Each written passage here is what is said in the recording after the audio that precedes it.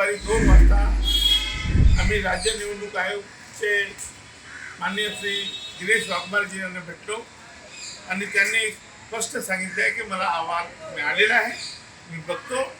आणि मी त्यांना विनंती केली की आज तुम्ही सर्वोच्च स्थानी आहात, आज तुम्ही सेशनच्या ठिकाणी आहात, आज तुम्ही निर्णय घ्या, अजून वेळ गेलेली नाही. आणि त्यामुळे मला आश्वासित केलं आहे की येत्या 1-2 तासामध्ये त्यांचा निर्णय येईल आणि सगळ्या 12 लोकांना परत अर्ज भरण्याची मुभा मिळेल. मी त्यांना हेही सांगितलं की आम्ही कोर्टात जाऊ, तुम्हाला आदेश मिळेल, त्यापेक्षा तुम्हीच कोर्ट आहात, तुम्हीच जज आहात, तुम्हाला कोणी काहीच प्रॉब्लेम नाही. मी संविधान वाचून आलेलो आहे.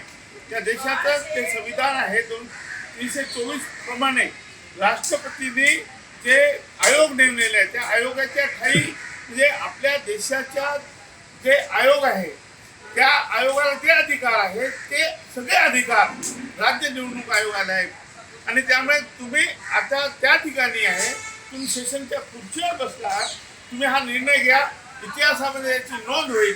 आणि हे जो आमचे 12 लोक आहेत आपापल्या विभागामध्ये, कोणी 2024 एक आहे, 224